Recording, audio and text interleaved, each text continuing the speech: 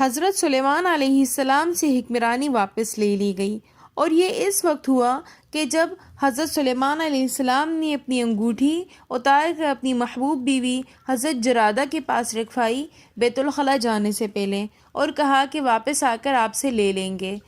حضرت سلیمان علیہ السلام جیسے ہی بیت الخلاء گئے، شیطان حضرت سلیمان علیہ السلام کے روپ میں جرادہ کے پاس آئے اور ان سے انگوٹھی مانگی۔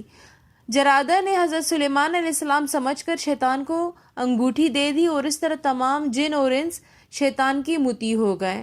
حضرت سلیمان علیہ السلام جب واپس آئے اور انہوں نے جرادہ سے انگوٹھی مانگی تو انہوں نے کہا کہ میں تو آپ کو انگوٹھی واپس کر چکی ہوں۔ حضرت سلیمان نے کہا کہ آپ نے مجھے انگوٹھی واپس نہیں کی، لیکن جرادہ سمیت تمام قوم حضرت سلیمان علیہ السلام کو بہروپیہ سمجھ کر ان کو برا بھلا کہنے لگی کہ آپ حضرت سلیمان علیہ السلام کے انگوٹھی کو قبضہ کرنا چاہتے ہیں اور ان کی حکمرانی پر قبضہ کرنا چاہتے ہیں، اور سب نے حضرت سلیمان علیہ السلام کو پتھر مار کر ان کے شہر سے نکال دیا۔ حضرت سلیمان علیہ السلام کے لیے وہ دن بہت زیادہ تکلیف دہ تھے، اور اسی طرح کافی عرصے تک حکمرانی شیطان کے پاس رہی، اور حضرت سلیمان علیہ السلام کے اوپر اللہ کی طرف سے ایک بہت بڑی آزمائش آ گئی۔ حضرت سلیمان علیہ السلام نے اپنی جگہ چھوڑ دی اور ایک دوسری جگہ پر جا کر مزدوری کرنے لگے۔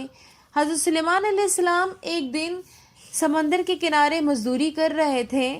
کہ ایک آدمی ان کے پاس آیا اور کہا کہ میں آج یہاں پر شکار کروں گا مچھلیوں کا، آپ میرے ساتھ وہ مچھلیاں میری منزل تک لے جانا، کیا اجرت لوگے؟ حضرت سلیمان علیہ السلام نے کہا کہ میں تمہارے ساتھ وہ مچھلیاں لے جاؤں گا، مجھے اس کے بدلے میں صرف ایک مچھلی چاہیے۔ چنانچہ ان کے آپس کے معاملات طے ہو گئے، اور پھر اس طرح حضرت سلیمان علیہ السلام نے ان کے ساتھ مچھلیاں اٹھائی اور ان کے منزل مقصود تک پہنچا دی،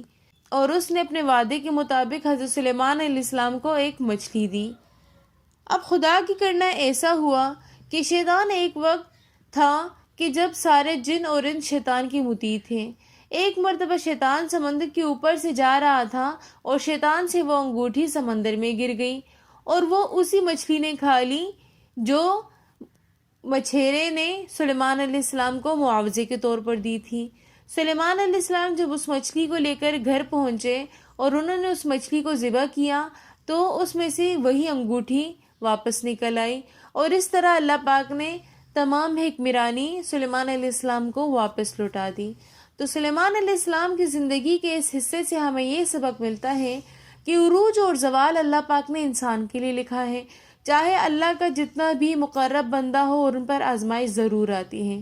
اگر آج آپ کے پاس عروج ہے تو کل آپ کے اوپر زوال ضرور آئے گا، اللہ آپ کو عروج کے بعد ضرور آزمائے گا، لیکن جب آپ کے پاس زوال آئے تو آپ نے یقین کامل صرف اور صرف اللہ کی ذات پر رکھنا ہے کہ وہ کسی بھی چیز کو بہانہ بنا کر آپ کی مملکت، آپ کی حکمرانی آپ کو واپس دے سکتا ہے، لیکن اس کے لیے صبر اور توکل صرف اور صرف اللہ کی ذات پر ہونا چاہیے۔ اگر آپ کو آج کی ویڈیو پسند آئی ہو تو ویڈیو کو لائک، کمنٹ، شیئر اور سبسکرائب ضرور کر دیجیے گا۔ ملتے ہیں نیکسٹ ویڈیو میں، تب تک کے لیے اللہ حافظ۔